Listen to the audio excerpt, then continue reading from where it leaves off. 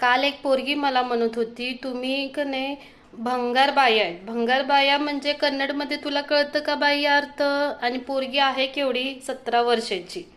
17 वर्षाची माझी बहीण आणि मी दोघंही यूट्यूब चॅनल चालवतो. दोघंही आम्ही भंगारवाले झालो का?